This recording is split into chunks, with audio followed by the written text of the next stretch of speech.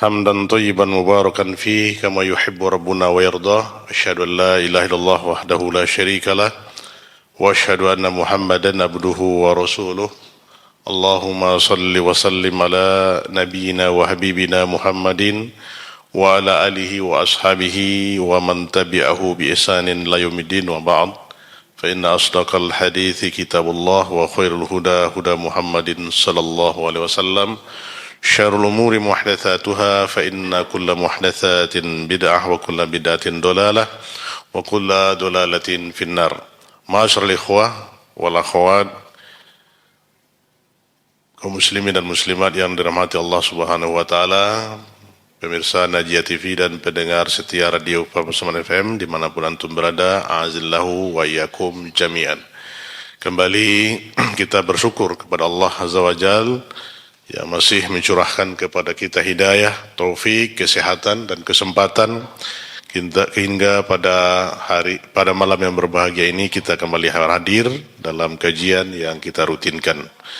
Selawat dan salam tercurahkan sentiasa kepada kekasih kita Nabi besar Muhammad sallallahu alaihi wasallam, pada keluarga beliau, para sahabat dan umatnya yang terus menjalankan tuntunan agamanya, dan semoga juga kita yang berhadir juga termasuk dari pengikut setia Rasulullah sallallahu alaihi wasallam sehingga kita diwafatkan di atasnya dan bertemu nanti di telaga Al-Haudnya, amin ya rabbal alamin.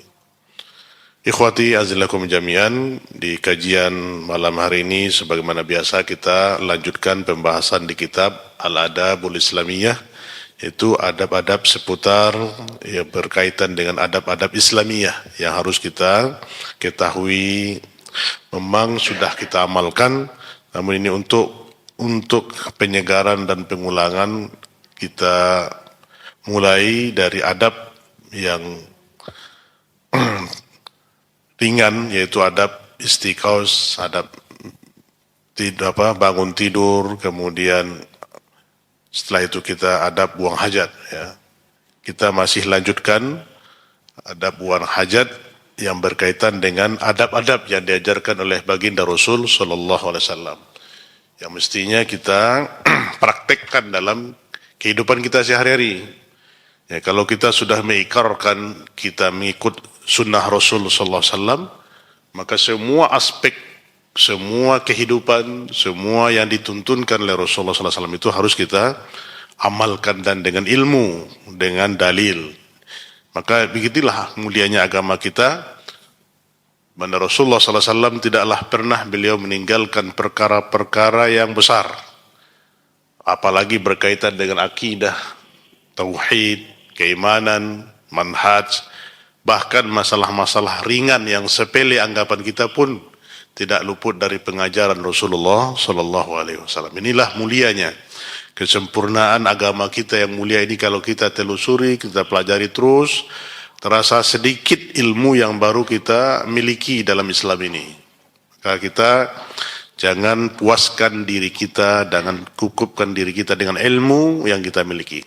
Karena ilmu itu tulus zaman, ilmu itu kita pelajari sepanjang kehidupan kita.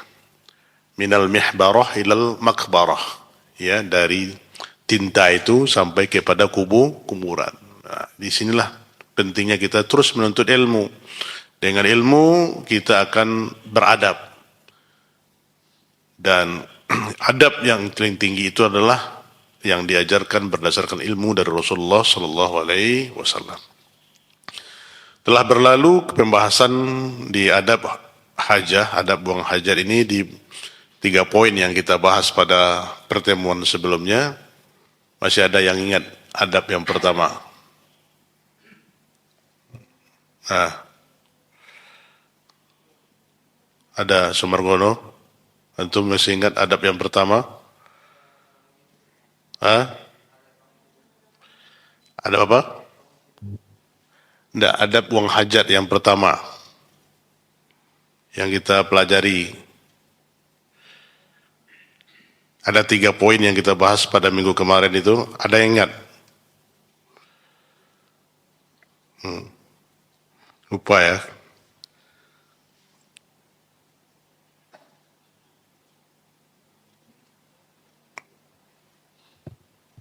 Adab yang pertama apa itu?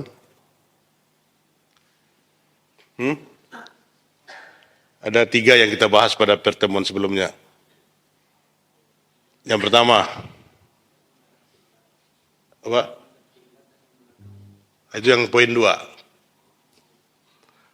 Poin 1-nya,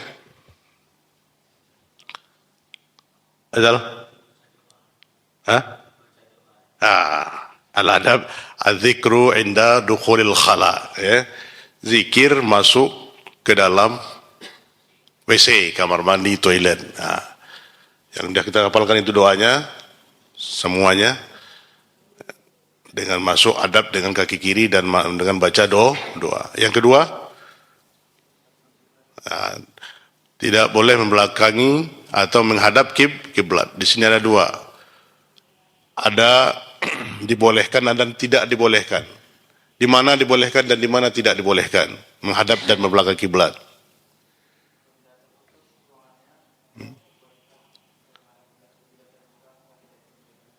Insyaallah, barakallahu fiik. Di medan atau di lapangan, di tanah lapang tidak boleh, kecuali ada yang menghalangi. Contohkan, ya, apa yang menghalangi kita dari kiblat? Dinding, tembok, ya, dan ada sejenisnya. Seperti sahabat Rasulullah SAW itu, beliau dibatasi dengan hewan tunggangannya. Ya. Kemudian yang ketiga apa? Tidak menghadap ke arah angin. Kenapa larangan tidak boleh menghadap arah angin? Insyaallah, barakallahu fiik Abu Beko. Karena dikhawatirkan nanti kena percikan ke kain kita. Ini dia baru 3 adab. Ya, ini untuk review, ya, untuk i'adah, untuk mengulangi supaya kaji lama itu jangan dilupakan dan kita lanjut ke poin yang keempat, ya, di pembahasan malam ini. Itu adab yang keempat.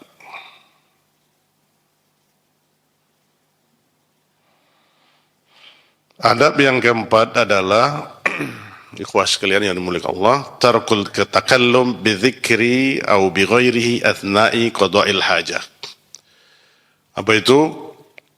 Meninggalkan berbicara, ya. Meninggalkan berbicara atau yang lainnya ketika sedang buang hajat. Jadi tidak boleh kita berbicara, tidak boleh kita menjawab, bahkan menjawab salam pun, ya. Ini kita lihat adabnya. Waktu kita buang hajat ini, ada orang mengucapkan salam, padahal salam itu hukumnya menjawabnya adalah wajib. Ini di toilet kita lihat, Assalamualaikum, ya. Waalaikumsalam. Ini karena menghormati tamu, ya kan, kita di toilet. Ini harus kita, padahal ini sepele, Pak, ya. Ini dilarang. Atau kita sedang buang air kecil, ya, buang air kecil.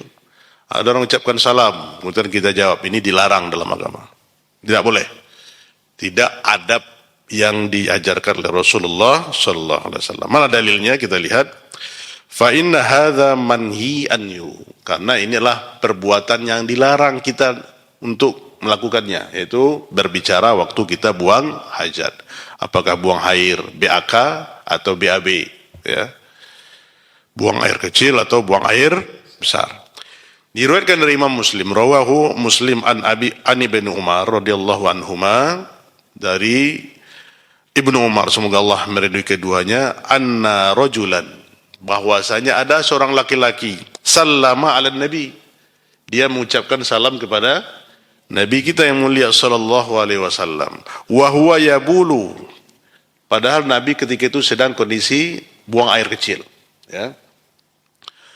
Falam yarud alaihi an-nabiyyu sallallahu alaihi wasallam, maka Nabi tidak menjawab salam itu, ya. Ini hadis yang diriwayatkan oleh Ibnu Umar di dalam kitab Sahih Muslim. Nah, apa yang dapat kita petik dari hadis ini? Hadis yang kita bacakan ini yu'khas min hadzal hadis.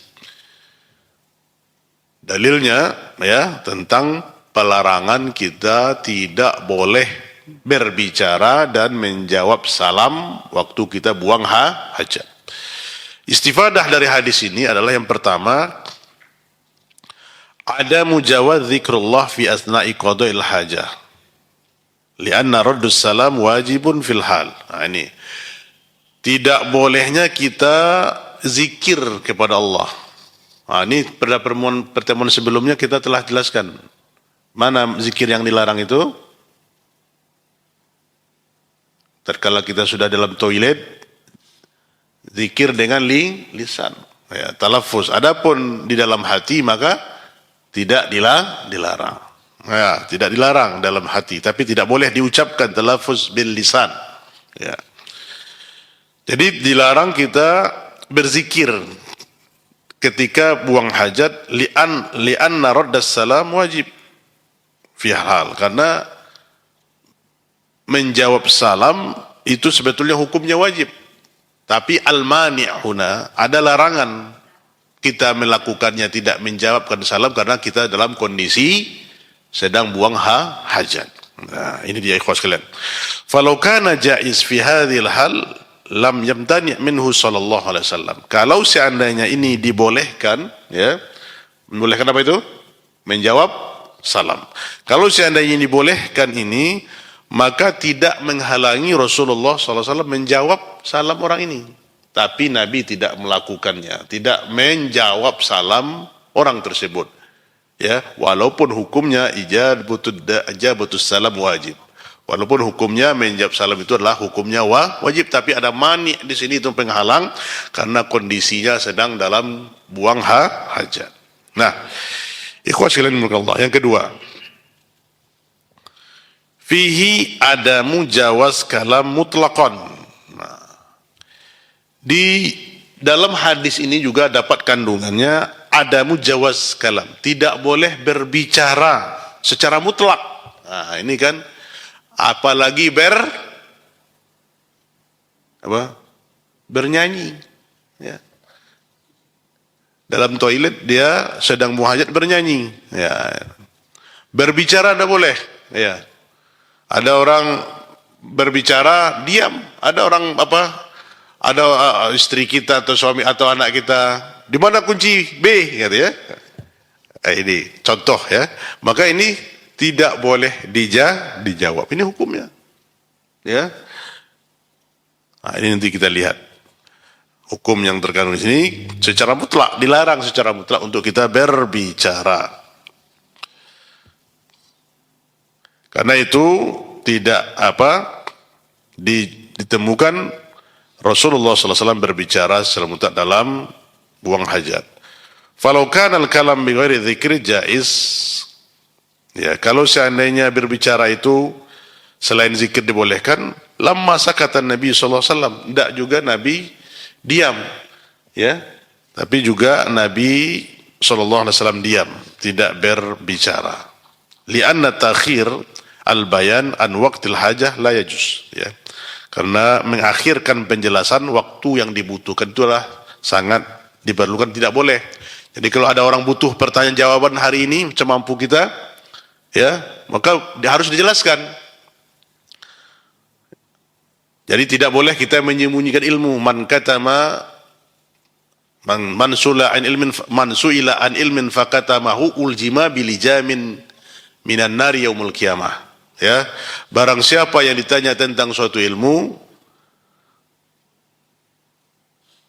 maka dia sembunyikan, maka nanti dia akan dipanah dengan panahnya api neraka. Jadi ini kita tahu hukum ini, tapi kita tidak menjawabnya, ya. Maka ini nanti termasuk ke golongan ini, ya. Karena waktu itu seseorang kita menegur seseorang berbuat salah misalnya. Salah dia, tegur. Jangan dibiarkan semampu kita. Ini masuk dengan bab ingkarul mungkar yang telah kita bahas. Tidak boleh meninggalkan orang-orang, ya, melakukan maksiat. Semampu kita ingkari. Nah, begitu juga penjelasan. Ada orang yang butuh penjelasan, kita tahu, kita jelasan. Nah, Rasulullah SAW, ya, meninggalkan berbicara waktu dia buang hajat. Nah, ini karena dijelaskan di sini Nabi tidak berbicara. Waqad qala At-Tirmizi, ya, Imam At-Tirmizi mengatakan secara taklik ala hadis Ibnu Umar, ya, taklik dari Imam Tirmizi dari hadis Ibnu Umar yang kita bacakan tadi itu, Apa kata Imam At-Tirmizi? Wa innama yukrahu hadza indana idza kana 'alal ghaid wal baul.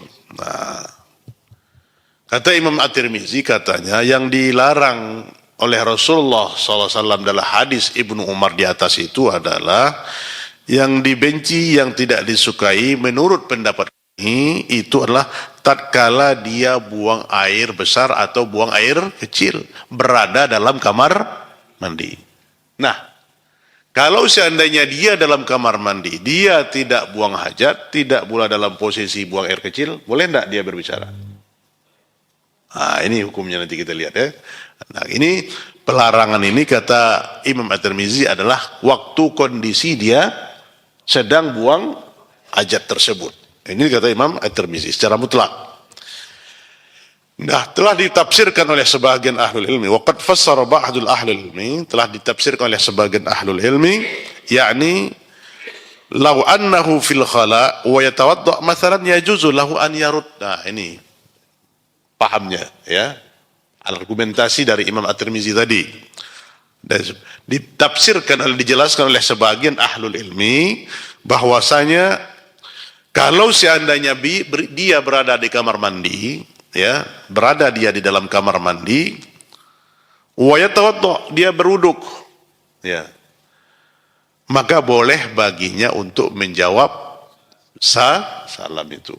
Nah, dia dalam kondisi di dalam kamar mandi, ada orang mengucapkan salam, dia tidak dalam kondisi buang air kecil atau buang air besar, maka boleh menurut tafsiran para ahli ilmi, dikuatkan oleh Imam At-Tirmizi. Nah, ini ikhwas sekalian muliakan Allah Subhanahu wa taala, kita dudukkan satu-satu ya permasalahan berkaitan dengan ini. Amma idza kana ala qada'il hajah fa hadza la yajuz. Nah, ini dia. Menurut Syekh, adapun apabila dia sedang dalam kondisi buang hajat itu, maka ini la yajuz, tidak boleh. Kira-kira paham sampai di sini? Ya, kita dalam kondisi di kamar mandi, hammam, ya, tidak dalam keadaan buang air kecil atau buang air besar, ada orang mengucapkan salam, maka dibolehkan kita untuk menjawab salam. Disinilah berkaul Imam At-Tirmizi dan dikuatkan oleh sebahagian ahlul ilmi menjelaskan hadis yang diriwayatkan oleh Ibnu Umar datang dari Rasulullah sallallahu alaihi wasallam tadi. Ikhwas sekalian, qala al-Qadiyat, ya, Qadi Imam Al-Qadiyat mengatakan, ya, apa komentar dari Qadiyat, wa huwa qaulun Abdullah bin Umar bin As radhiyallahu anhuma wa Malik wan Nakhai, lakin istasna halatan ad-dururah faqad sarihal Malikiyah wa Syafi'iyah wal Hanabilah bistisna'i halatud darurah. Ini ada lagi menurut komentar dari Al-Qadi Iyad, ya, ulama tabi'in besar, perkataan Abdullah bin Umar bin As, semoga Allah meridai keduanya, itu adalah, dan juga pendapat Imam Malik dan juga An-Nakhai, ini dikecualikan, ya, pengecualian dalam kondisi darurat, ya. Dalam kondisi darurat, maka Imam Malik, mazhab Imam Malikiyah dan mazhab Asy-Syafi'i dan juga mazhab Hambali mengecualikan bistisna'i halatud darurah. Nah, mengecualikan imam-imam yang kita sebutkan tadi dalam kondisi apa? Dalam kondisi darurat. Nah, kan ada 3 tadi itu ya. Yang pertama pelarangan secara mutlak, yang kedua adalah selain buang hajat, yang ketiga ini dalam kondisi, misalnya apa dalam kondisi darurat itu? Kira-kira kondisi darurat kita dalam mandi kira-kira gimana? Apa contohnya kira-kira? Hah? Wah, contoh di kamar mandi tentu ada kamar gempa ya. Apalagi contohnya lain, jatuh ya, bisa darurat, kita minta tolong, dia sedang bayar kecil, jatuh, tolong, ini boleh dalam kondisi darurat. Apalagi contohnya yang lain?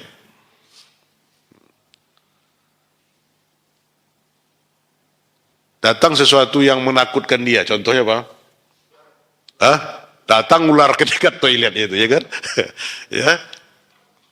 Kan ada tuh di toilet ada ular, ya kan? Nah, WC dia minta tolong. Nah, maka ini dalam kondisi darurat, maka dia boleh berbicara. Nah, ikhwas sekalian dimulai Allah Subhanahu wa taala. Ini pendapat ya sebagian ahlul ilmu termasuk Qadiyat dan mazhab Imam Malik dan juga Imam Syafi'i dan Hambali, ya. Dan Imam An-Nawawi berkata, qala al-Imam An-Nawawi, ka'anna ra'a dariran fi bi'rin aw ra'a hayyatun aw ghairiha tuksidu insanan aw ghairihi minal muhtaramat fala qaryata fil kalam fi hadhil mawadi' bal yajib fi aktsariha. Ini kata Imam Nawawi. Apa kata beliau? Seperti dalam kondisi darurat. Nah, dalam kondisi darurat misalnya di kamar mandi atau dalam sumur, ya. Dia dalam darurat itu kan orang pergi ke sumur, ya enggak? Turun ke sumur. Kalau kita ini kan zaman sekarang alhamdulillah sumur kita, kamar mandi kita sudah di rumah. Kalau dulu masih ingat kan kita kampung-kampung kita di ladang dulu, Pak, ya. Ada sumur di ladang. Nah, kan ada pantainya. Kalau ada sumur di ladang boleh kita menumpang mandi. Emang itu di ladang tuh, kata masih ingat itu di ladang tuh, masya Allah ya, airnya jernih. Ya di situ kita. Nah waktu di situ datang yang menakutkan kita. Ya kata Imam Nawawi, ya dia memudaratkan kepada dia atau hal-hal yang menakutkannya, ya, maka dalam kondisi ini tidak terhalang dia berbicara. Bahkan hukumnya wajib dia berbicara. Ya, hukumnya lagi bahkan kata Imam Nawawi wajib pula bicara. Dia lihat ular itu, wajib dia minta tolong kau.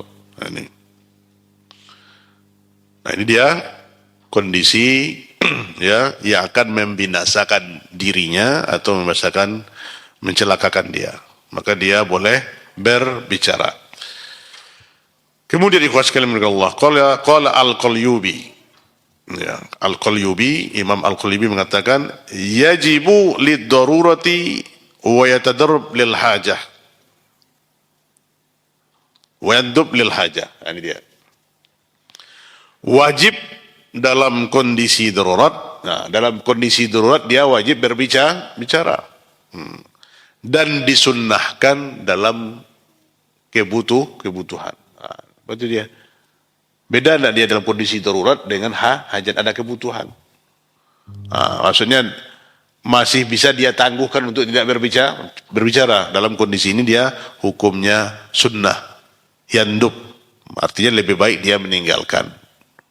Kalau darurat, maka hukumnya wajib dia berbicara atau minta tolong. Nah, wahadihi faidatun, ini faidah. Annal kalam innama yamna asna qada'ul hajah. Ini kata Syekh, bahwasanya berbicara yang dimaksudkan di sini itu adalah dilarang ketika kita dalam kondisi buang hajat. Nah, dalam kondisi kita buang hajat.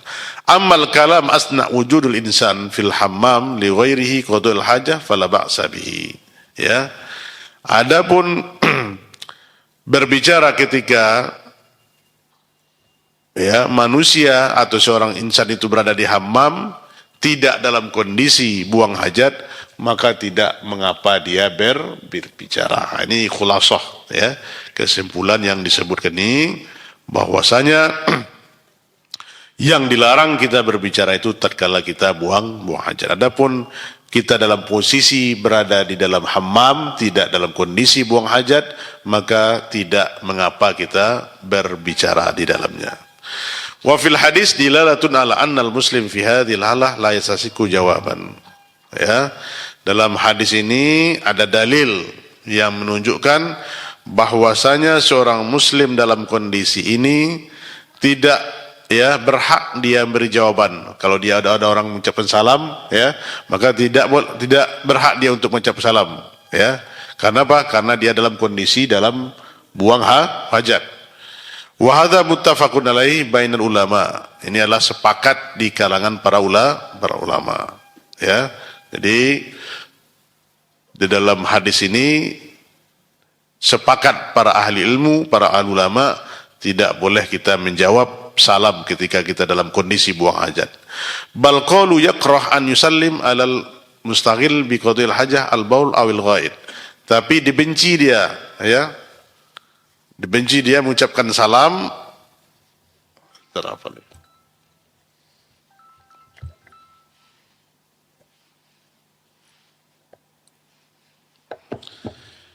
Ya, untuk menjawab salam dalam kondisi dia buang hajat. Nah, dia buang hajat, buang air kecil atau buang air besar. Maka apabila dia mengucapkan salam ini, salamnya dibenci, ya, apa dia tidak dianjurkan, karena inilah kaidah yang telah disebutkan, ya, di penjelasan yang telah kita sebutkan itu, dan juga berzikir, ya, dengan zikir-zikir yang lain. Contohnya, fala yarudus salam, maka tidak boleh kita menjawab salam seperti hadis tadi. Wala yusmit al-atis. Contohnya apa lagi? Wala yusmit al-atis. Apa itu yusmit? Apa orang mengatakan alhamdulillah. Apa kata kita? Yarhamkallah. Nah, ini tidak boleh kita ucapkan kalau kita dalam kondisi buang hajat. Tidak boleh kita mengucapkan tusmit kepada orang yang bersin, atau dia sendiri yang bersin. Wala yahmadullah ta'ala idza atas. Kalau dia dalam kondisi buang hajat kemudian dia bersin, tidak boleh pula dia mengucapkan alhamdulillah. Ini kan untuk larangan yang telah dijelaskan tadi. Ini kesimpulan dari adab yang keempat itu, ikhwas sekalian dimuliakan Allah Subhanahu wa taala, yaitu meninggalkan zikir atau berbicara tatkala kita dalam kondisi buang hajat. Nah, kita lanjutkan dengan al-adabul khamis. Adab yang kelima, yaitu takrimul yad al-yumna an masil faraj. Afwan, ini Anda harus buka-buka ini, ya, karena hukumnya ini dalam agama itu ada pepatah mengatakan sarak. Itu masih ada. Lebih ekstrim dari itu. Ada besandiang sarak batilan, sarak batilanjang, ya. Berarti tidak ada itu kalau sarak itu harus jelas-jelas, ya. Walaupun ini tabu tapi ini harus dijelaskan, ya. Takrimul yad al-yumna an masil faraj. Memuliakan tangan kanan, ya, untuk mengusap kemaluan. Apa? Bukan takrim, tahrim, ya. Larangan menggunakan tangan kanan untuk menyentuh kemaluan. Nah, ini. Artinya apa? Kita dalam istinja atau istijmar tidak boleh menggunakan tangan kanan dalam bersuci. Ustaz, timbul pertanyaan, dia orangnya kiduh. Apa itu kiduh itu? Nah, kidal, ya. Ini termasuk larangan. Tidak ada bedanya. Ini larangan semuanya berlaku untuk orang kidal dan orang yang biasa. Tidak boleh, ya. Maka anak-anak kita, Bapak Ibu, ikhwas kalian, harus dilatih dari kecil. Ini kan pelatihan ini. Ada anak-anak kecil kita yang dibiasakan itu karena biasa dia kidal, jangan dibiarkan. Dipaksakan terus dia agar menggunakan tangan kanan. Kalau sudah dibiasakan terus, ya. Kalau dibiarkan nanti dia akan menggunakan tangan bahkan makan dan minumnya dengan tangan kiri. Ada enggak seperti itu? Udah tengok, masya Allah, udah ibu-ibu makan disuap dengan tangan kanan, dengan tangan kiri. Ini menyelisihi sunnah Rasulullah Sallallahu Alaihi Wasallam. Ya. Hadisnya apa? Dari kitab Bukhari dan Muslim, fi Sahihain. Ini termaktub dalam kitab Sahih Bukhari dan juga dalam kitab Muslim dari Abi Qutadah, dari Abu Qutadah. Ya, hadisnya. Semoga Allah meridhoinya. Dari Nabi Sallallahu Alaihi Wasallam dia berkata, "Idza bala ahadukum fala ya'khudna dzakarahu bi yaminihi wa la yastanji bi yaminihi wa la yatanaffas fil ina." Ini. Apa kata Rasulullah SAW? Apabila salah seorang di antara kalian buang air kecil, maka janganlah dia mengambil kemaluannya dengan tangan kanannya. Ya. Dan jangan pula dia beristinja dengan tangan kanannya. Wala yatanaffas fil ina, dan janganlah dia bernapas meniup di dalam ina. Apa itu? Bejana itu bisa piring, bisa pinggan, bisa cambung, ya. Ada air panas atau air, kemudian ditiup supaya airnya itu apa? Dingin. Atau nasi panas ditiup, di wala yatanaffas fil ina. Tidak boleh ditiup, ya. Nah, supaya itu perlalangan dari Rasulullah Sallallahu Alaihi Wasallam. Kalau sekarang ini kan makanan serba panas semua, Pak. Nah, kalau yang panas-panas itu apa? Lebih laku sekarang, laris, ya kan? Apalagi mie yang viral, ada mie setan juga, ya. Ada mie narako, ya. Masya Allah, ada pula mie narko pula istilahnya, kan? Ada pula level-level itu, Anda lihat itu, ada level 1, level 2 sampai level yang paling tinggi panas, ya. Nah, ini tidak boleh kita meniup dengan nafas, ya. Nah, kita lanjutkan dengan dalil ini, ya. Fala ya'khudh dzakarahu biyamin, maka jangan dia mengambil tangan kanannya untuk menyentuh kemaluannya. Ai la yamassakanna ahadukum dzakarahu biyaminihi wa huwa yabul. Artinya apa itu? Jangan dia mengusap, ya. Atau jangan seseorang di antara kalian mengusap kemaluannya dengan tangan kanannya tatkala dia buang air kecil. Ini dia, ikhwas sekalian. Qala Al-Ubay minal Malikiyah. Jadi Al-Ubay dari mazhab Malikiyah mengatakan, wa hamalahu al-fuqala 'ala al-karahati wa fil insaf lil Hanabilah innahu sahih ay jumhur ala anna dhalika yakrah wa fi wajhi 'inda al-Hanabilah yuhram fa in kana lidurah fala karahata wala tahrim. Nah, ini dia. Ubay dari mazhab Al-Maliki, dia mengatakan, ini para ulama, ya, mengambil pendapat membenci dalam mengambil ini, yaitu dalam apa itu? Mengusap tangan kemaluan dengan tangan ini pendapat dari mazhab Hambali, bahwasanya pendapat jumhur ulama tidak boleh kita dibenci, ya, untuk seseorang mengusap kemaluannya dengan tangan kanan. Kalaupun itu dalam kondisi darurat, kalaupun itu dalam kondisi darurat, ya. Kalaupun itu dalam kondisi darurat, kalau itu dalam kondisi darurat, paham tak itu kira-kira? Kalau seandainya dalam kondisi darurat, fala karahata wala tahrim. Tidak dibenci dan tidak pula dilarang. Jadi dalam kondisi darurat boleh, ya. Kira-kira dalam kondisi darurat itu apa itu, Pak? Ya. Tangan kirinya tidak bisa menyentuh, ya, atau patah, ya. Luka, ya, sahih. Ya, dilarang, ya. Atau memudaratkan tangan kirinya. Maka ini dalam kondisi darurat. Hukumnya berlaku kalau tangan kirinya sembuh, kembali kepada hukum asalnya, tidak boleh. Ya. Barakallahu fiik. Tidak. Nah, itu ikhwas sekalian. Kemudian pendapat Imam Nawawi, qala al-Imam Nawawi, qauluhu alaihi salam. Imam Nawawi mengomentari perkataan Nabi kita yang mulia sallallahu alaihi wasallam itu, la yamassukanna ahadukum dzakara bi yaminihi wa huwa yabul, sampai seterusnya. Itu artinya adalah amma imsak adzakar bil yamin fa makruh karahiyatan tanzih la tahrim. Ini pendapat Imam Nawawi dari mazhab Imam Asy-Syafi'i, Imam Ahlu Sunnah. Ini apa kata beliau mengomentari hadis dari Qutadah tadi?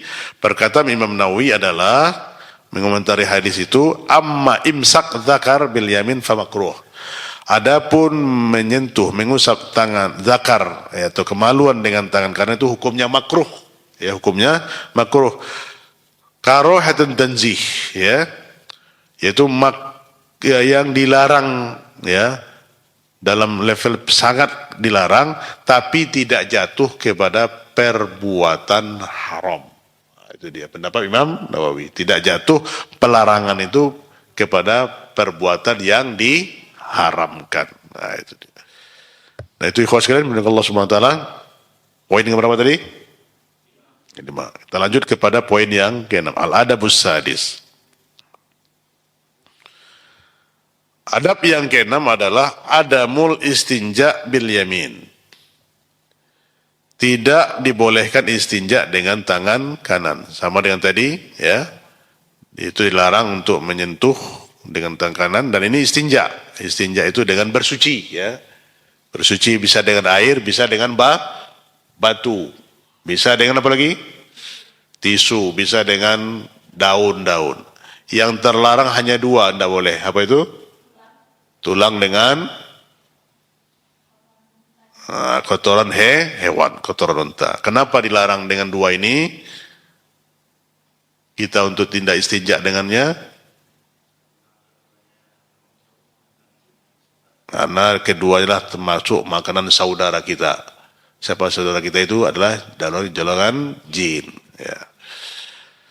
Nah, kita lihat hadis diriwayatkan oleh Abu Dawud dengan sanad yang hasan dari Hafsah, istri Rasulullah sallallahu alaihi wasallam, zawjun Nabi sallallahu alaihi wasallam, istri Nabi kita yang mulia sallallahu alaihi wasallam, anna Nabiyya sallallahu alaihi wasallam kana yaj'al yaminahu, adalah Nabi kita, kata Hafsah istri Rasulullah sallallahu alaihi wasallam itu, adalah Rasulullah sallallahu alaihi wasallam menjadikan tangan kanannya li tu'amihi, adalah Rasulullah sallallahu alaihi wasallam menjadikan tangan kanannya untuk makannya, wa syarabihi, dan minumnya, wa thiyabihi, dan memakai pakaiannya. Ya, memakai pakaian juga termasuk dengan tangan kanan. Tidak salah seorang itu Pak, tidak. Kalau ada awak tentu tangan kiri, tangan kanan, yang penting masuk pakai pakaian. Nah, sampai di situ Rasulullah SAW mengajarkan kepada kita adab, ya, makan minum dengan tangan kanan. Ya, bahkan Nabi katakan jangan kamu makan dan minum dengan tangan kiri, karena itu adalah syaitan. Kira-kira kalau kita keluar banyak tak syaitan sekarang Pak? Ya, bahkan sudah pejabat, ya, sudah tinggi jabatan masih belum paham. Masih enak makan dengan tangan kiri, minum dengan tangan kiri. Apalagi pergi ke walimah orang-orang besar, ya. Walimah orang-orang kaya, nak makan sudah berdiri, apalagi makan dan minum dengan tangan. Nah, kalau enggak tangan kanan masih kuno, ya. Kalau makan tangan kiri itu modern katanya, kan. Padahal itu adalah meniru gaya syaitan. Ya. Wa yaj'al shimalihi lima siwa dzalik, dan Rasulullah SAW menjadikan tangan kirinya itu selain itu, selain makan dan minum dan berpakaian. Apa itu artinya? Dengan istinja atau bersuci, maka Rasulullah menggunakan tangan kiri. Tidak pernah Nabi makan dan minum dengan tangan kiri. Jadi Rasulullah gunakan dia itu. Sekarang kita meniru siapa? Meniru Rasulullah SAW kah atau meniru syaitan? Kita lihat Pak ikhwas sekalian, ternyata masih banyak yang berkawan dengan syaitan. Masuk, no? 2 menit lagi. Ya. Nah, kita lanjutkan. Wa inda Abi Daud aidan, dan juga dari hadis Abu Daud juga, hadis dengan sanad yang sahih, datang pula dari Aisyah. Tadi dari siapa? Hafsah, istri Rasulullah SAW. Sekarang Aisyah, istri Rasulullah SAW. Ya. Semoga Allah meridhoi keduanya. Kalau Hafsah anak siapa? Umar bin Khattab.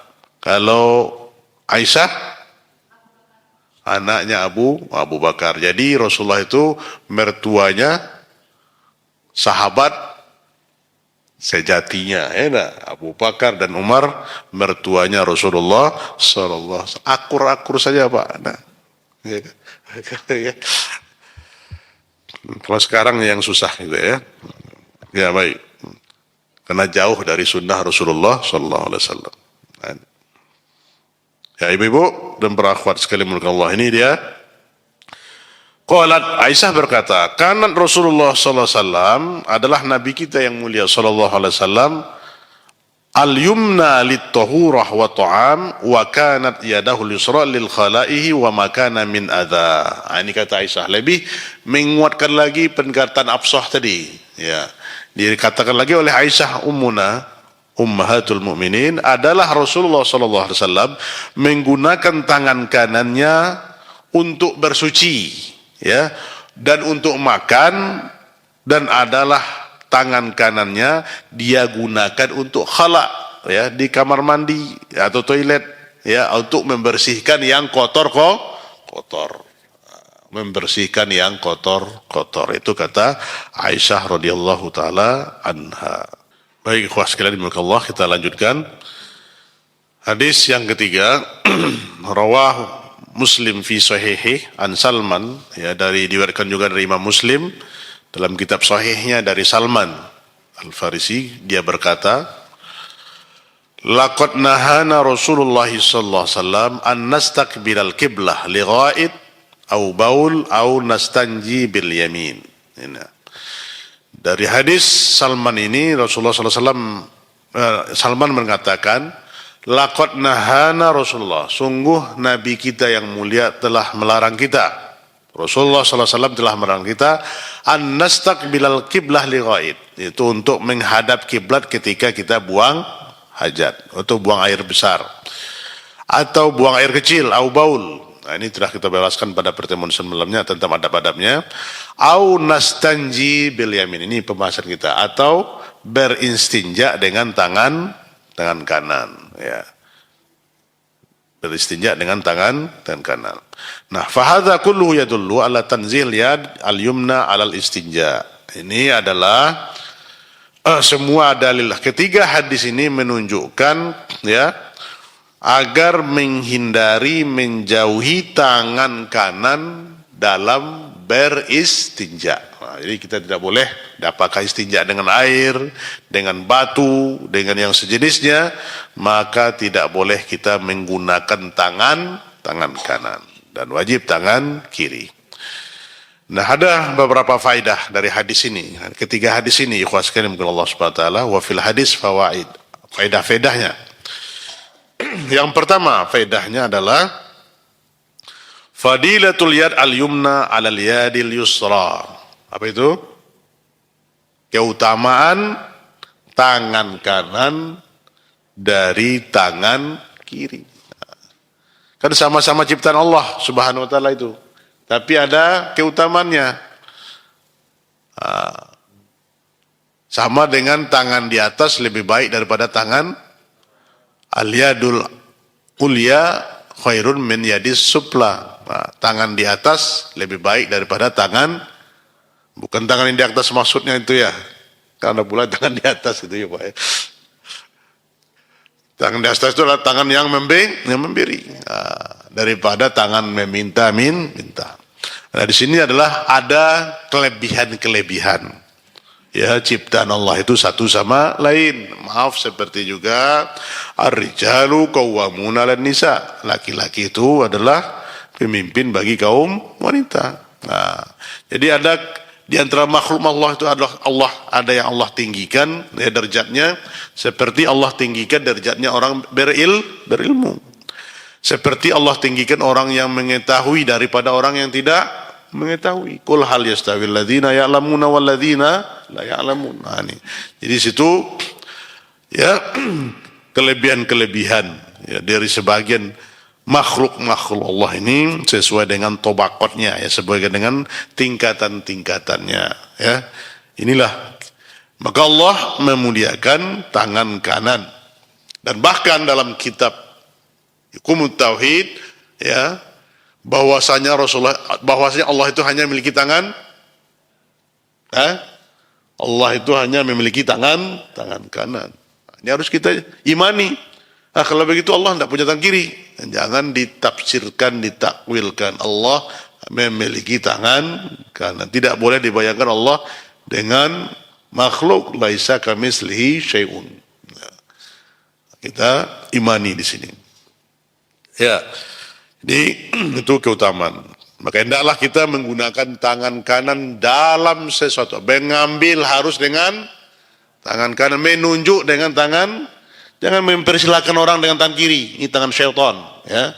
Mempersilahkan, menyuruh orang tamu silakan duduk, apalagi ya, suruh orang datang membukakan mengasih dengan tangan kiri, ini tidak dibolehkan. Seperti di kota-kota besar, Pak, ya. Menyetop mobil dengan tangan kiri. Nah, kalau di Jakarta itu maklumlah, ya. Nah, ini bukan adab dalam Islam. Hendaklah menggunakan dengan tangan kanan dalam memberi, dalam menerima, ya. Hendak kita gunakan, itu adab Islam yang diajarkan oleh Rasulullah SAW. Bukan artinya dalam istinja saja, tapi semua persoalan, semua hal aktivitas seorang muslim itu diutamakan dengan tangan kanan. Itu untuk kita ketahui adab-adab ini. Apalagi kita ditinggal di Minangkabau ini tahu eleng dengan teleleng jegendiang, Anda. Nah, istilah itu ada takile Allah takalam. Apa lagi? Menggilek ikan lawa tahu jantan, jantan betina. Itu kan tinggi filosofinya itu, Pak. Ya. Nah, ini kita lebih tinggi adabnya ini yang harus kita junjung tinggi, ya. Adab-adab. Kita lihat memang adab-adab orang-orang tua kita itu sangat, ya, harus kita junjung tinggi. Dan adah ini, kebiasaan ini boleh jadi hukum. Karena dalam Islam itu al-adah, kaidah muhakkamah. Adat kebiasaan yang baik itu boleh jadi hukum. Sama dengan hukum memuliakan tamu. Orang-orang Quraisy itu sebelum Islam mereka adabnya memuliakan tamu, diikrarkan oleh Islam. Jadi tidak semuanya Islam itu melarang adat istiadat. Tapi adat istiadat yang tidak berdasarkan syar'i, ini yang kita dilarang oleh Islam. Seperti adat apa? Adat menaiki rumah harus disembelih pula ayam. Nah, ini tidak boleh. Ya. Atau adat tanggal 9 1 Muharram dimakan pula kotoran kerbau selamet. Nah, tidak boleh adat. Ya, nah, itu adat yang jahiliyah. Ya. Maka adat-adat yang boleh, ya, di dalam Islam yang tidak dilarang, maka kita boleh lakukan. Baik. Yang kedua, wa fihi karahiyatul istikhdam al-yad al-yumna fi izalatil ghaid awil baul. Nah, ini hukum yang kedua. Di dalam hadis ini ada pelarangan kepada kita, dibenci kita untuk menggunakan tangan kanan dalam membersihkan ghaid atau al-baul. Itu buang air besar atau buang air kecil. Nah, tidak boleh kita menggunakan tangan kanan. Yang ketiga, wa fihi hurmatul istiqbal qiblah inda qada'il hajah. Nah, ini diulang lagi ini. Dan pada hadis itu ada tadi satu bagian diharamkannya kita untuk menghadap kiblat ketika buang air atau kita buang hajat. Ini telah berlalu pembalasannya. Kemudian yang keempat, wa fihi hirsus sahabah, ya. Padanya hadis ini juga ada kesungguhan para sahabat Nabi SAW menukil sunnah, ya, menukil sunnah-sunnah datang dari Nabi SAW. Lebih khusus lagi adalah waqafatun af'alun Nabi SAW, yaitu perbuatan-perbuatan Nabi SAW, wa aqwalihi, dan perkataan-perkataan Nabi SAW. Jadi kesungguhan para sahabat mengamalkan ya sunnah Rasulullah sallallahu alaihi wasallam. Mereka apabila satu pengetahuan, satu melihat perbuatan Nabi sallallahu alaihi wasallam, mereka langsung amalkan. Nabi sallallahu alaihi wasallam memakai bajunya dengan tangan kanannya, maka para sahabat memakai bajunya dengan tangan kanannya. Nabi sallallahu alaihi wasallam memakai sendalnya dengan kaki kanannya, maka para sahabat mengikuti dengan tangan kanan, tanpa ada argumentasi yang lain. Hujah-hujah yang lain, mereka tidak mau menanyakan apa hikmah di balik ini. Kalau itu sudah perbuatan Nabi, kalau itu sudah perkataan Rasulullah SAW, mereka amalkan. Ya, walaupun mereka belum tahu apa hikmah di balik syariat tersebut. Ya, ikhwas sekalian Allah, itu bentuk kesungguhan sahabat. Maka wajarlah kita selalu mendoakan ya para sahabat Nabi sallallahu alaihi wasallam, karena radhiyallahu anhum wa radu'an. Mereka itu telah diridhoi oleh Allah dan Allah ridho kepada mereka. As-sabiqunal awwaluna minal muhajirin wal ansar. Ya, orang-orang yang terdahulu dari kita muliakan mereka karena mereka lah sebab mereka lah Islam itu sampai kepada kita hari ini. Maka kita membenci orang yang membenci sahabat-sahabat Rasulullah sallallahu alaihi wasallam.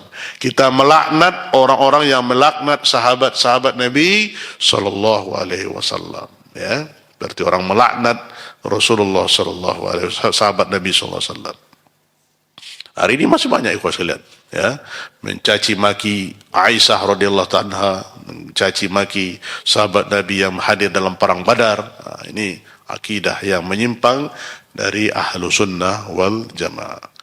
Wa hadza yadullu ala azimun hubbihim lahu sallallahu alaihi wasallam. Inilah dalil yang menunjukkan apa itu? Keagungnya kecintaan mereka kepada Rasulullah sallallahu alaihi wasallam. Ya. Kecintaan para sahabat Nabi kita ya, kepada Nabi kita yang mulia sallallahu alaihi wasallam. Itu pula lah hendaknya kita ikhwas sekalian, ya. Bagaimana cinta kita itu lebih-lebih sejati kepada Rasulullah sallallahu alaihi wasallam. Lebih kita cintai Nabi kita daripada mencintai diri kita sendiri, mencintai anak kita, mencintai kedua orang tua kita. Itu baru sempurna, ikmalul iman. Sempurnanya iman kita apabila kita lebih mencintai Rasulullah sallallahu alaihi wasallam daripada mencintai diri kita sendiri. Nah, ini sampai ke maqam ini. Kalaulah kita sudah tempatkan ini, kecintaan kita, mahabbah Rasul, kecintaan kepada Rasulullah sallallahu alaihi wasallam, niscaya syariat sunnahnya ini akan ringan kepada kita karena kecintaan kita kepada Rasulullah sallallahu alaihi wasallam. Ya, ini yang kita ingin selalu doakan. Apa kata doa kita? Allahumma inni as'aluka hubbak wa hubba man nuhibbuk wa hubbal amali alladhi yuqarribuni ila hubbik. Nah, ini harus kita doakan senantiasa ikhwas sekalian. Allahumma inni as'aluka hubbak. Ya Allah, aku bermohon kepadamu agar aku mencintaimu. Wa hubba man yuhibbuk, dan mencintai orang-orang yang mencintaimu. Ya. Nah, ini yang kita doakan senantiasa agar kita diberikan kecintaan kepada Allah dan kecintaan kepada Rasulullah sallallahu alaihi wasallam dan kecintaan kepada orang yang mencintai Rasulullah sallallahu alaihi wasallam. Nah, jadi apa sampai ini mereka yang mencintai Rasulullah, kita mencintai mereka, mencintai sahabat Nabi sallallahu alaihi wasallam. Nah, kemudian yang terakhir adalah dalam faedah ini wa fihi sumuliyatus syariah likafati nawahil hayah. Ini dia. Pada hadis ini terkandung sumuliyah. Apa itu sumul? Sumul itu kesempurnaan, ya. Kesempurnaan syariat Islam ini yaitu kafatun nawahil hayah. Itu menyeluruh dalam semua nawahi, seluruh penjuru kehidupan. Semua apa itu ya? Semua aspek kehidupan kita. Begitulah kesempurnaan agama Islam. Jadi semua dalam agama kita ini sudah dikaji, sudah diajarkan kita oleh Allah dan Rasulnya sallallahu alaihi wasallam. Apalagi masalah yang besar, masalah ibadah, masalah akidah, keyakinan. Ya, inilah ketinggian Islam yang terus kita pelajari dan kita kaji. Ya, menunjukkan perkara-perkara yang sepele saja sudah diajarkan kita oleh Rasulullah Shallallahu Alaihi Wasallam. Nah, kita lanjut kepada adab yang ketujuh. Al-adabur rab, apa? Asabi, yaitu adam qadha al-hajah fi tariqil masluk wa dhillin nafi' wa maurid ma. Itu apa itu? Dilarang kita untuk buang hajat di jalan yang dilalui. Apa itu maksudnya? Jalan yang ditempuh oleh manusia. Nah, masluk, jalan yang ditempuh, dilalui oleh manusia lalu lalang di situ. Nah, kalau dulu kita ada jalan ke ladang itu jalan setapak namanya, enggak? Nah, itu lintas di situ. Nah, ada ke kebun ya. Nah, kan sekarang masuk ke kebun jalan dilalui. Ya. Atau di bawah naungan yang bermanfaat. Apa itu bawah bermanfaat? Ada di bawah pohon ya. Nah, di situ orang berteduh pula, ada orang berteduh waktu hujan. Atau ada rumah ya, yang rumah tinggal tapi orang sering berteduh di situ. Nah, itu juga masuk di situ, ya. Wa maurid ma, atau tempat atau air yang mengenang. Air yang mengenang. Yang tergenang, air yang tergenang. Nah, ikhwas sekalian dimuliakan, kita lihat hadisnya. Rawahu Muslim an Abu Hurairah, diriwayatkan dari Imam Muslim dari Abi Hurairah radhiyallahu taala anhu, dia berkata, qala Rasulullah sallallahu alaihi wasallam, Rasulullah sallallahu alaihi wasallam berkata, ittaqul la'anin, takutlah kalian kepada dua orang yang dilaknat. Ya, dua kategori yang dilaknat. Apa itu? Qalu, sahabat mengatakan, wa man la'ana ya Rasulullah, siapakah yang terlaknat itu ya Rasulullah sallallahu alaihi wasallam? Qal alladzi yatakhallafa fi tariqin nas aw fi dhillihim, yaitu orang yang ya buang hajat atau orang yang ya membuang kotorannya di jalan yang dilalui manusia atau manusia yang berteduh di bawahnya. Nah, itu. Di dia tempat manusia lalu lintas, di situ dia buang hajat. Ya. Atau tempat manusia biasa berteduh, di situ dia situ buang hajat. Ini orang-orang yang termasuk orang yang dilaknat. Ai ittaqul la'anain, itu artinya amrainil jaliyain, yaitu dua perkara yang dilarang itu adalah barang siapa yang melakukan ini maka dia berhak mendapat laknat dari manusia. Ya. Nah, ini baik wassalamu Allah ya. Jalan-jalan yang dilalui manusia. Kita tidak boleh buang hajat, buang air kecil atau buang air besar lagi. Kecuali hewan yang berkaki empat itu kan nggak dilarang. Ya, nah, coba lihat itu sapi, kerbau itu kan nggak tahu dia mana buang. Kalau ada pula manusia seperti itu sama dengan perangainya hewan itu. Atau yang tempat manusia berteduh di bawahnya, bisa pohon, ya, bisa sesuatu yang menaungi, bisa manusia di situ kumpul, kemudian kita buang air di sana, ini dilarang. Nah, kemudian dalam Sunan Abu Dawud, ya, Hasan syawahidnya dari Muaz bin Jabal, semoga Allah meridhoinya, dia berkata, bersabda Rasulullah sallallahu alaihi wasallam, ittaqul malain ats-tsalas, takutlah kalian orang-orang yang terlaknat dalam tiga kategori. Yaitu al-bazar fil mawarid, yaitu orang yang muhajat dalam tempat manusia lalu lintang, berlalu lalang. Ya.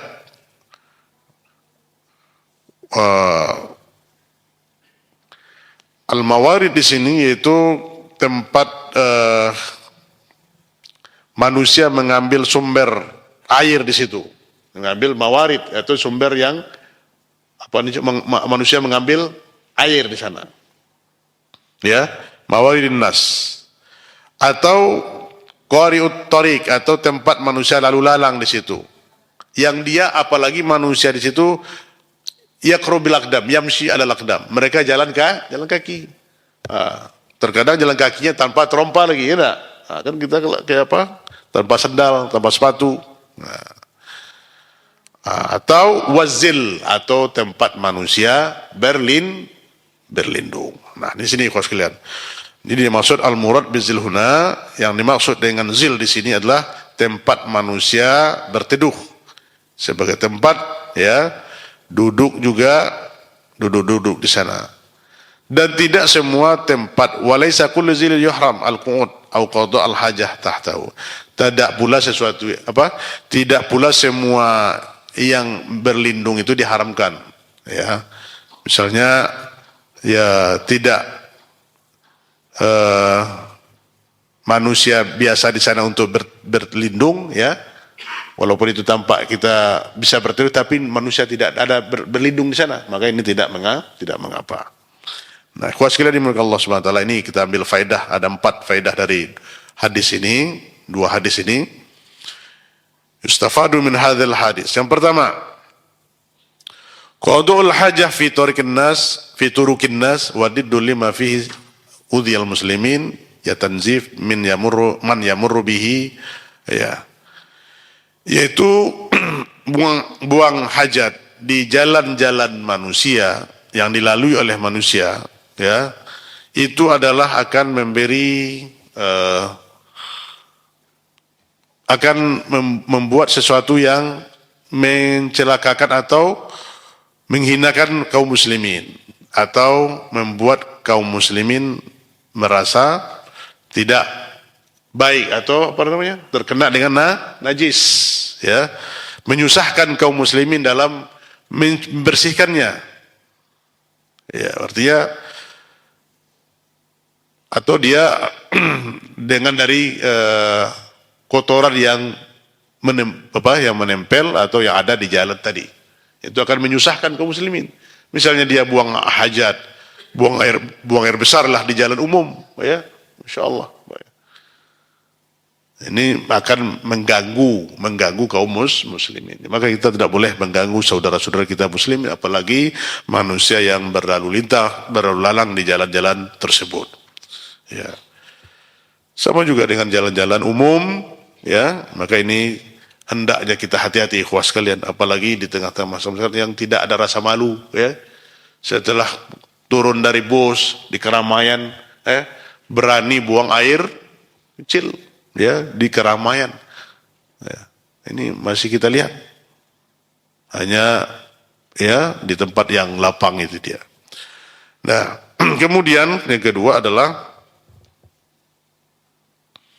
dan juga di sini seperti yang dilarang kita untuk buang air besar dan kecil itu di jalan-jalan yang dilalui manusia, juga dimasuk di sini adalah di taman-taman, ya, al-hadaik, atau lapangan-lapangan, ya, atau tempat berkumpulnya manusia di sana. Wa inna dzalika sababul la'an li fa'li, karena itu juga akan menyediakan sebab dapat laknat dari manusia, ya. Tempat-tempat taman-taman, apalagi sekarang ini taman-taman banyak, ya, taman-taman di situ tempat berkumpul manusia, di situ pula dia buang hajat, ini akan dapat laknat. Atau di tanah lapang, atau tempat orang bermain, ya, semuanya itu dilarang, ya, karena itu akan menyebabkan dia mendapat laknat dari manusia. Yang ketiga, wa fihi samahatul Islam li inayati bi nazafatil amakin al-ammah wa sumuliyati syariatil islamiyah li syatta manahil hayah. Yang poin yang ketiga ini, ikhwas sekalian, di situ menunjukkan kesempurnaan Islam, ya, kesempurnaan syariat Islam ini untuk memelihara kebersihan di tempat-tempat umum, ya, menjaga kebersihan di tempat umum dan kesempurnaan syariat Islam dalam segala penjuru kehidupan. Nah, itu dia. Jadi itulah pentingnya Islam, ya, perhatian agama kita ini kepada penjagaan kebersihan. Maka hendaklah kita perhatian. Nah, ini berkaitan juga dengan lingkungan hidup, ya Pak, ya. Nah, mulia ini dalam Islam, ya. Orang-orang yang mereka itu menjaga kelestarian lingkungan ini mendapat pahala yang besar di sisi Allah Subhanahu wa taala. Membersihkan, ya, tempat-tempat umum. Ini amalan khair. Maka kita jangan membuang, ya, Apalagi sekarang ini ya buang sampah sembarangan, ya. Ini akan menyebabkan apa? Banjir, menyebabkan kotor. Maka hendaklah seorang muslim itu perhatian. Maka dia tidak boleh membuang sampah sembarangan apalagi berkendaraan, ya. Anda masih ingat itu dengan Syekh Malik Hafizullah Ta'ala, subhanallah, luar biasa beliau menasihati kita, ya. Kita buang satu lembar tisu saja dari mobil dilarang oleh beliau, ya. Satu lembar tisu. Kenapa? Karena ada tempat untuk membuangnya. Itu tempatnya mana? Sediakanlah di dalam mobil kita itu tempat sampah, ya. Padahal itu berapa artinya? Apalagi dari mobil itu membuang apa? Yang lebih dari itu, membuang sampah makanannya, ya kan? Makan buah-buahan kemudian dilempar ke jalan, ya, ini lebih berat. Maka Islam sangat memperhatikan, ya, tempat-tempat umum. Nah, juga untuk itu menjaga kelestarian tempat-tempat umum, ya, kita jaga. Nah, apalagi di rumah kita harus bersih, ya. Nah, kalau sekarang itu kesempurnaan syariat Islam ini mengatur semuanya. Maka alhamdulillah kita lihat, ya, begitu perhatiannya, ya, pemerintah Arab Saudi dalam kebersihan ini, tidak tanggung-tanggung, ya. Nah, ini kita lihat Masjidil Haram, Masjid Nabawi itu bagaimana tanzifnya, kebersihannya. Bahkan jarak-jarak 1 atau 2 jam, itu datang apa, ya, petugas kebersihan dengan peralatan yang lengkap, Pak, ya. Itu ada seperti mobil-mobil apa itu, Pak, ya. Itu bersih lagi, ya, itu. Maka masjid-masjid kita kaum muslimin hendaklah masjid, apalagi masjid, ya. Masjid ini harus bersih, ya. Ini yang prihatin kita, Pak, ikhwan sekalian. Masjidnya besar, megah, luar biasa. Tapi tatkala kita pergi ke WC-nya, naudzubillah, tsumma naudzubillah min zalik. Kita mau buang hajat nggak jadi, kita buang hajat, nggak berani kita masuk ke WC. Nah, ini. Padahal fisik masjidnya bagus. Maka hendaklah kita semua kaum muslimin jangan perhatian saja kepada fisiknya masjidnya, tapi hendaklah tempat buang hajatnya. Itu ciri khas, ya. Muslim itu bersih, ya. Muslim itu bersih, menjaga kebersihan ini. Maka tempat-tempat ibadah, masjid, musalla, ya, tempat sekolah itu harus bersih. Sekolah-sekolah kita, terutama kita sekolah-sekolah sunnah ini harus terdepan dalam kebersihan. Jangan kita mengamalkan sunnah juga, tapi sampah berserakan, susah mengaturnya, ya. Harusnya kita jeli ini. Kemarin kita studi banding, Pak, menengok sebuah pesantren, alhamdulillah, Andalusia di Jonggol, masya Allah. Itu luar biasa, ya.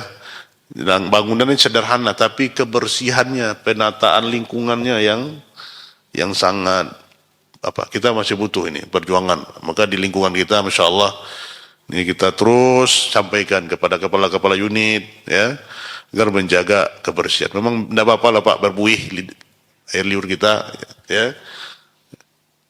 Kadang hari ini disebut, besok lupa juga, enak, gitu kan. Sampah berserakan, orangnya itu ratusan orang, ya. Menggerakkan santri aja, adakan sapu operasi semut, ya. Bersih itu. Ini kalau kita perhatian, alhamdulillah. Kalau kita fokus pimpinan itu memang ujungnya pada leader, kepada pemimpinnya. Kalau bersih ya bersih. Nah, itulah yang kita harus perhatian dengan ini. Karena syariat Islam kita ini sempurna, ya. Nah, tempat umum saja bersih, apalagi tempat pribadi. Itu harus tempat tidur kita harus bersih, kamar mandi kita juga harus bersih, ya. Karena miniatur rumah makan tuh, Pak, orang pertama itu bukan enak lezatnya makan itu, ya. Tapi kalau lihat kebersihan rumah makannya bersih, toiletnya orang akan berkunjung di sana, walaupun nggak enak-enak banget, Pak, enak-enak benar, ya, pasti itu. Dan kalau ada masjid yang bersih, ya, orang pasti ke sana untuk sholat. Ya enggak, ada masjid di kita itu, satu di masjid di Kirali itu, jauh-jauh orang, bahkan ada orang hanya buang hajat aja gitu, Pak, nggak sholat dia. Ya, tangking bersihnya, nggak sholat, buang hajat, karena saking bersihnya. Naudzubillah, ya, harusnya dia sholat juga. Nah, itu juga harus menjadi perhatian kepada kita semua dalam menjaga kebersihan tempat-tempat umum ini, ya. karena ini adalah diajarkan kita oleh Rasulullah sallallahu alaihi wasallam. Kemudian poin yang keempat, wa fihi hatsus syariah 'alal adab wan nazafah wa tahrib idza'il muslimin. Nah, ini kunci yang keempat hadis ini, ya. Apa itu? Di dalam hadis ini ada motivasi, dorongan syariat Islam ini alal adab, untuk menjaga adab-adab dan kebersihan, wan nazafah, dan melarang, mengharamkan untuk idza al muslimin, untuk menyakiti kaum muslimin, ya. Nah, boleh kita menyakiti kaum muslimin, dan dorongan syariat Islam menyuruh kita untuk menjaga adab-adab kebersihan, ya. Maka harusnya kita, ya, at-tahuru satrul iman, kebersihan itulah sebagai inam. Jadi harus kita juga lihat, kutip hadis-hadis, harusnya slogan-slogan ini kita buat di tempat-tempat umum, ya, menjaga kebersihan. Nah, apa? Agar kaum muslimin sadar dan tahu itu tidak buang sampah sembarangan dan tidak mengganggu kaum muslimin. Apakah dia buang hajat, buang sampah dan segala macamnya, dan itulah mengganggu kaum muslimin. Siapa yang mengganggu orang muslim, dia itulah, ya, apa? Membenci atau sudah mendapat laknat dari manusia. Nah, ikhwas sekalian milik Allah Subhanahu wa taala, mungkin sampai di poin berapa tadi? Ya. Poin berapa poin kita bahas hari ini? Yang poin yang hari ini, malam ini berapa? 4 poin. Baik, Anda akan tes satu-satu dulu sebelum kita tutup. Sumargono, apa yang keempat tadi? Keempat, ya.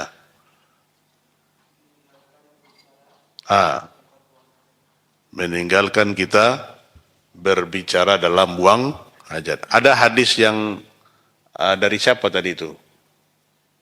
Dalilnya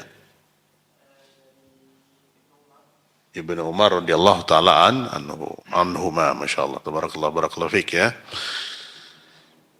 Dalam hal melarang ini ada berapa tahapan tadi? Ada 3 tahapan. Yang pertama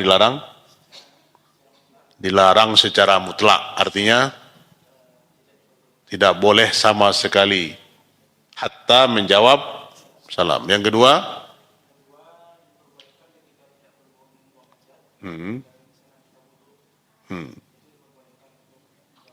ya, yang ketiga,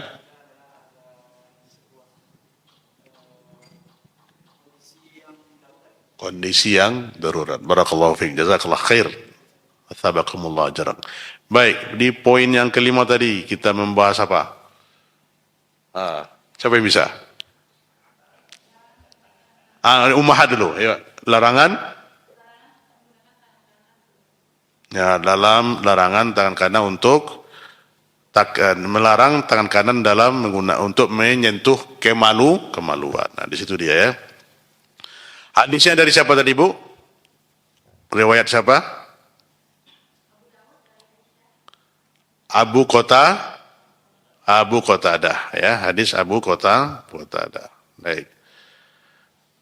Pelarangan ini juga termasuk kepada apa? Menggunakan istinja di poin yang ke-6, ya. Yang ke-6 itu ada mul istinja bil yamin. Ada yang ke-6 itu ada 3 hadis tadi yang menjelaskan kepada kita untuk melarang istinja dengan tangan kanan. Baik. Yang ke-7 apa terakhir?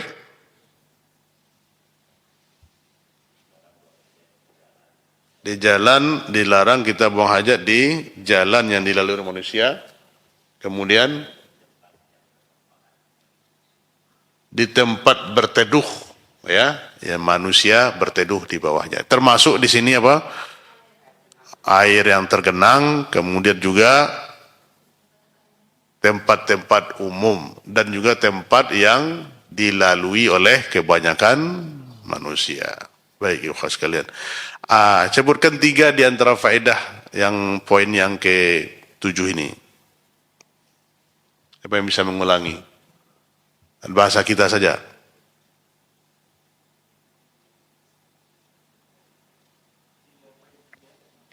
Silakan Pak Warno.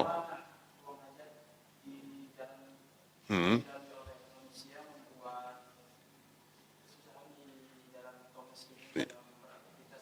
Ya, baik. Yang kedua,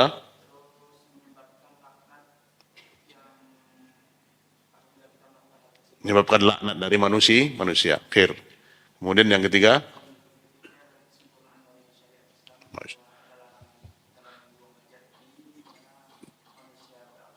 ada di tempat-tempat umum. Masya Allah, tabarakallahu, barakallahu fikum jami'an. Ini mungkin ya ikhwas sekalian, untuk kajian kita di malam hari ini masih seputar buang hajat. Di pertemuan selanjutnya masih juga lanjutan ya. Buang hajat insya Allah kita akan bahas kepada poin al-adabut tsamin, yaitu adab yang ke-8 insyaallah taala. Semoga Allah Subhanahu wa taala senantiasa memberkahi kita semua dan memberikan taufik dan hidayah, menambahkan ilmu kita. Rabbi zidni ilman warzuqna fahman. Ini yang senantiasa kita doakan. Kita tutup pertemuan ini dengan kata majelis. Subhanakallahumma wa bihamdika asyhadu an la ilaha illa anta astaghfiruka wa atubu ilaik. Wabillahi taufiq wal hidayah. Wassalamualaikum warahmatullahi wabarakatuh.